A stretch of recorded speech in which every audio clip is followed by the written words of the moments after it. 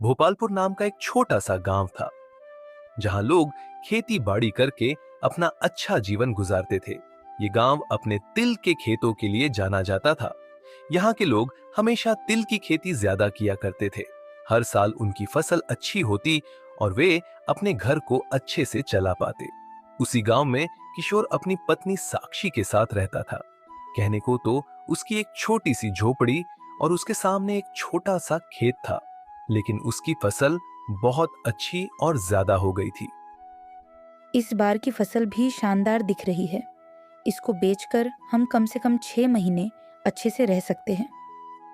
इस बार तिल अच्छी हुई है, तेल भी निकालेंगे। इससे हमें बहुत ज्यादा मुनाफा होगा। यह तो बड़ी अच्छी बात है। हम उससे एक नया घर भी बना लेंगे। किशोर अपनी पत्नी साक्षी के साथ तिल लेकर आशिक की दुकान पर जाता है। ये लीजिए, मेरे खेत का तिल बिल्कुल अच्छा और साफ है। ये तो बहुत सुनहरी तिल है। मैं इसे रख लूंगा, लेकिन पैसे बिल्कुल नहीं दूंगा। अगर ऐसी बात है तो एक काम करो, ये तिल यहाँ रखकर चले जाओ। तुम्हें पैसे अगले महीने मिल जाएंगे, पूरे 1,000 रुपए। पैसे अगले महीने क्यों? ये क्या तरीका है? एक काम करो, अभी कुछ पैसे ले लो और मेरे दुकान में काम करो। 1 महीने काम करने के बाद अपने काम और तिल के पैसे दोनों ले जाना। ये मुझे मंजूर है, लेकिन तब मैं पूरे पैसे लेकर जाऊंगा। दुकानदार आशिक किशोर से दिन रात काम करवाता है। दुकान की सफाई, राशन ढोना और लोगों के घर पहुंचाना। और किशोर अपने मेहनत के पैसे के लिए पूरे महीने उस दुकान पर काम करता है। आप अपने पूरे पैसे लेकर ही आना। पूरे 1 महीने हो गए हैं। हाँ, भगवान की कसम, उस दुकानदार से मैं अपने पैसे लेकर रहूंगा। किशोर दुकानदार के पास अपने मेहनत के पैसे लेने गया, लेकिन दुकानदार ने पैसे देने से इनकार कर दिया। अरे, ये आए पैसे लेने। तुम जैसे 2 कौड़ी के मजदूर। गांव में सभी के तिल अच्छे थे, मैंने तो बस झूठ कहा था कि तिल सड़ गए हैं। तुमको क्या मिलेगा ऐसा करके? तुम अपनी दुकान में 2 पैसे कमाते हो, गरीबों का पैसा खाकर तुम्हें सुख नहीं मिलेगा। अगर तुम ये बातें गांव में बताओगे तो मैं सबको कह दूंगा कि तुमने मेरी दुकान में चोरी की है। तुम्हें मार भी पड़ेगी और पुलिस स्टेशन भी जाना पड़ेगा। उसमें ऐसा कुछ नहीं करूंगा। ऊपर भगवान है, वही दूध का दूध और पानी का पानी करेगा। किशोर बिना अपनी मेहनत के पैसे लिए दुकान से निकल जाता है और घर आकर अपनी पत्नी को सारी बात बताता है। तो तुमने उससे कुछ कहा क्यों नहीं? मैं और क्या करता? दुकान से निकलते ही मैंने कई जगह नौकरी ढूंढी, लेकिन कुछ हाथ नहीं आया। और हमारे पास अब बस 2 दिन का राशन बचा है। इससे हम कैसे गुजार करेंगे?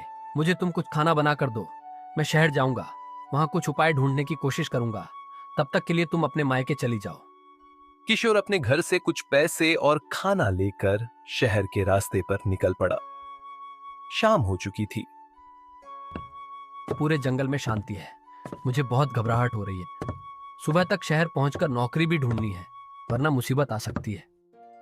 जंगल बड़ा घना होने के कारण किशोर थक जाता है और एक पेड़ के नीचे आराम करने का सोचता है। ये जगह ठीक है, 1-2 घंटे आराम कर लूंगा और फिर आगे निकल जाऊंगा। किशोर जैसे ही सोता है, उस पेड़ से एक आत्मा निकलती है और किशोर के झोले में से सारा खाना खा जाती है। अचानक किशोर की नींद खुलती है और वह उस आत्मा को खाना खाते हुए देखता है। माँ बचाओ, तुम कौन हो? ये क्या हो रहा है? चिंता मत करो, मैं तुम्हें कोई नुकसान नहीं पहुंचाऊंगी। तुमने मुझे मुक्त किया है। मैंने तुम्हें मुक्त किया? ये क्या कह रही हो? कई साल पहले भूख के कारण मैं इस पेड़ से लटक कर अपनी जान दे दी थी। आज तुमने मुझे अपना खाना खिलाकर मुझे मुक्त किया, और इससे खुश होकर मैं तुम्हारे जीवन की सारी समस्याएं सुलझा दूंगी। तुम क्या करोगी? मैं ऐसा कुछ नहीं करूंगी, तुम बस अपना झोला देखो। किशोर जैसे ही अपना झोला देखता है, उसमें बहुत सारी तिल की धीर लग गई थी। इसमें तो तिल भरे हैं। इतने तिल से मेरा क्या होगा? यह कोई सामान्य तिल नहीं है, यह जादुई तिल है। इसे तुम जैसे ही अपनी जमीन पर गिराओगे, यह तिल का पहाड़ बन जाएगा। तुम और तुम्हारा परिवार इसका ध्यान रखना। इतना कहकर आत्मा आकाश में उड़ जाती है। किशोर दौड़ते हुए तिल का झोला लेकर घर वापस पहुंचता है और सारी बातें अपनी पत्नी साक्षी को बताता है। तो तुम इंतजार क्यों कर रहे हो? किशोर अपनी पत्नी की बात सुनकर गांव के बंजर जमीन पर जाता है और जैसे ही वह तिल वहां फेंकता है, देखते ही देखते वहां तिल का पहाड़ बन जाता है। हे भगवान, ये क्या देख रहा हूं? इतनी सारी तिल, वह भी एक के ऊपर एक, और ये गिर भी नहीं रही। ये किसी चमत्कार से कम नहीं है। बस हमें ये तिल के पहाड़ के बारे में किसी से नहीं बताना होगा, लोगों से हमें इसे छुपाना होगा। और वैसा ही हुआ। तिल के पहाड़ से तिल बेचकर किशोर और उसकी पत्नी साक्षी बहुत धनवान हो गए। उस तिल के पैसों से किशोर गांव के लोगों का दुख दूर करने की कोशिश करता है। लेकिन किशोर की सफलता देखकर गांव का दुकानदार आशिक जलने लगता है और सोचने लगता है। आशिक और उसका आदमी विनोद और उसके घर पर नजर रखने लगे। एक दिन दोनों ने किशोर को बंजर जमीन पर जाते हुए देखा। मालिक, ये देखिए, किशोर उस बंजर जगह पर जा रहा है जहां कोई नहीं जाता। हमें चुपके चुपके जाना होगा, वहां जरूर कुछ है। आशिक और उसका आदमी वहां जाते हैं और तिल का पहाड़ देखकर दोनों चौंक जाते हैं। तो ये रहा वह खजाना। इस तिल के पहाड़ से तुमने इतनी तरक्की की है। आशिक किशोर की बातों को न सुनकर तिल के पहाड़ से तिल निकालने की कोशिश करता है। जितना वह तिल निकालने की कोशिश करता, उतनी ही वह फिसल कर गिर जाती है। तुम लोग नहीं समझोगे, यही तुम्हारी गलती है। सीख लो अब, मेहनत का फल कभी व्यर्थ नहीं जाता।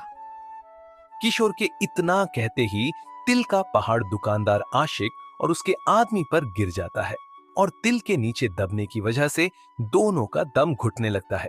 किशोर उन्हें तिल के ढेर से निकालता है। आशिक को उसकी गलती का एहसास होता है और किशोर ने उसे माफ कर दिया। उसके बाद किशोर खुशी खुशी अपने परिवार और गांव वालों के साथ रहने लगा। एक बार की बात है, एक माधव नाम का किसान था जिसके पास बहुत सारी जमीन थी, लेकिन उसे अपनी फसलों का अच्छा दाम नहीं मिल पा रहा था, जिससे वह परेशान था। पिछली बार भी मुझे अच्छा मुनाफा नहीं हुआ था, इस बार क्या लगाऊं? माधव घर जाता है और अपनी पत्नी से कहता है, अरे सुनती हो, फसल बोने का समय आ गया है, अब की बार क्या लगाऊं? वही जो हर बार लगाते हैं। अरे लेकिन इससे कोई मुनाफा नहीं हो रहा। पिछली बार तो तुमने देखा ही था, पूरा का पूरा घाटे का सौदा रहा। और हम लोग कर भी क्या सकते हैं? मैं सोच रहा हूं इस बार कुछ अलग बोया जाए। क्या आपका चरस गांजा अफीम बोन का विचार तो नहीं? अरे नहीं, ये सब नहीं। क्या सफेद चंदन के बारे में जानती हो? सफेद चंदन? हाँ, सुना तो बहुत है इसके बारे में। इसकी लकड़ी बहुत महंगी होती है। हाँ, उसकी लकड़ी बेचकर हम अच्छा मुनाफा कमा सकते हैं। पर उसकी खेती करना इतना आसान नहीं है। हाँ, ये तो है। सफेद चंदन को उगने में बहुत साल लगते हैं, पर उससे मुनाफा भी अच्छा ही होगा। ठीक है, तो इस बार हम अपने खेतों में सफेद चंदन ही बोएंगे। ठीक है, मैं बाजार जाकर चंदन के पौधे लेकर आता हूँ। माधव बाजार जाकर सफेद चंदन के बहुत सारे पौधे लेकर आता है।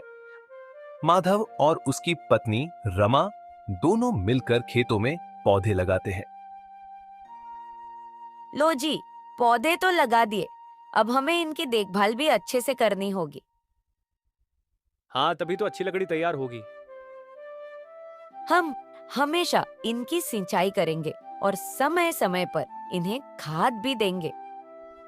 माधव और रमा दोनों कुएं से पानी लाकर सफेद चंदन के पौधों में डालने लगे।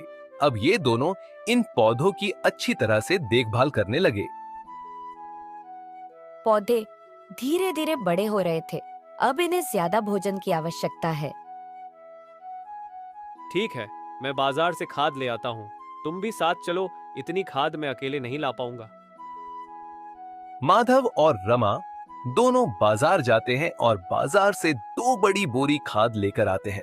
दोनों मिलकर पौधों की जड़ों पर छोटे छोटे गड्ढे करते हैं और उनमें खाद डालते हैं। यहाँ तो छोटी छोटी घास उग रही है, हमें इसे हटाना होगा। हाँ, तभी तो पौधे अच्छी तरह से विकसित होंगे।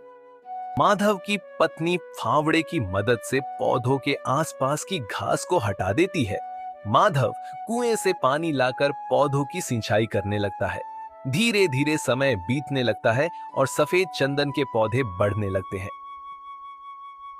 अरे वाह, हमारी मेहनत रंग ला रही है। देखो पौधे कितने बड़े हो रहे हैं।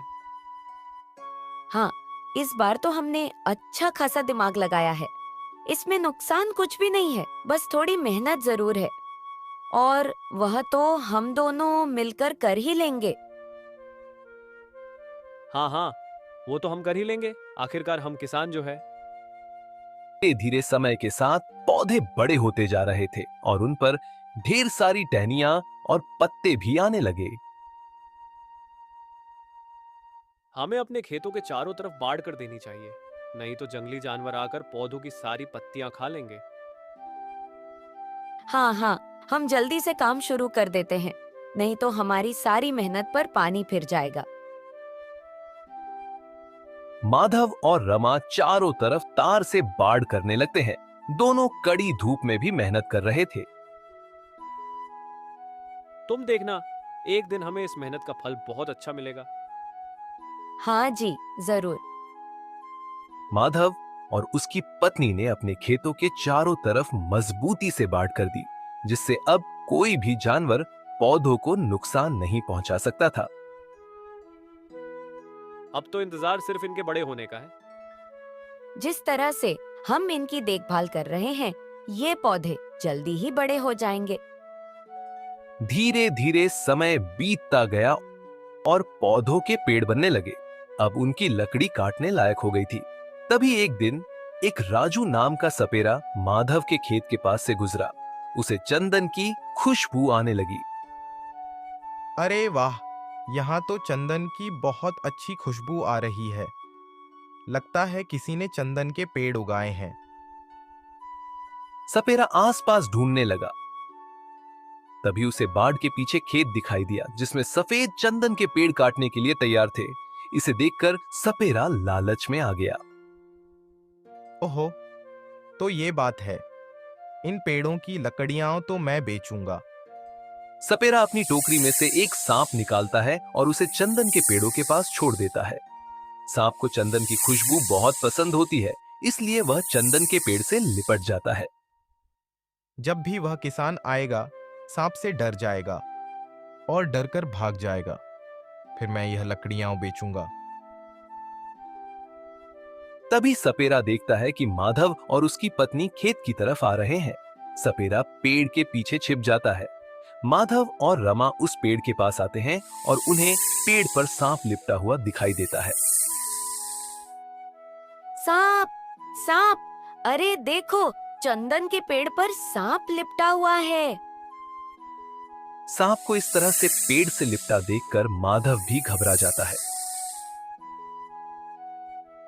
अब हम लकड़ी कैसे काटेंगे? ये सांप तो पेड़ों को छोड़ेगा ही नहीं और हमारी मेहनत बर्बाद हो जाएगी। हे भगवान, अब हम क्या करेंगे?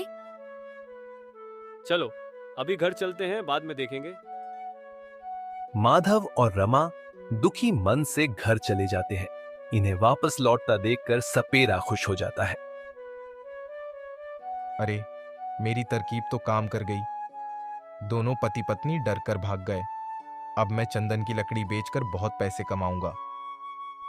सपेरा आरी लेकर पेड़ काटने जाता है, पर जैसे ही वह पेड़ काटने लगता है, सांप फूंकारने लगता है। अरे मेरे शेर, अब मुझे डराएगा क्या? मैं तो तेरा मालिक हूं। अब मालिक को नहीं पहचान रहा? सपेरा सांप को पेड़ से निकालने की कोशिश करता है, पर सांप ने पेड़ को पूरी तरह से जकड़ रखा था। सपेरा बहुत ताकत लगाता है, लेकिन सांप को पेड़ से नहीं छुड़ा पाता। बहुत कोशिश करने के बाद सपेरा आरी से सांप को नुकसान पहुंचाने की सोचता है, लेकिन सांप सपेरे को डस लेता है और सपेरे की वहीं मृत्यु हो जाती है। सांप सपेरे की मौत के बाद एक छेद में चला जाता है। अगले दिन जब माधव और उसकी पत्नी खेत में जाते हैं, तो वे देखते हैं कि सांप पेड़ पर नहीं है। भगवान ने हमारी सुन ली। सांप पेड़ को छोड़कर कहीं और चला गया। हाँ, अब हम लकड़ियों को काट कर बेच देंगे। माधव और रमा खुशी खुशी चंदन की लकड़ी काटने लगते हैं और लकड़ियों को बाजार में बेचने के लिए चले जाते हैं। शिक्षा। लालच बुरी बला है। लालच का फल हमेशा नुकसानदायक होता है, इसलिए हमें कभी भी लालच नहीं करना चाहिए और दूसरों की चीजों पर बुरी नजर नहीं डालनी चाहिए।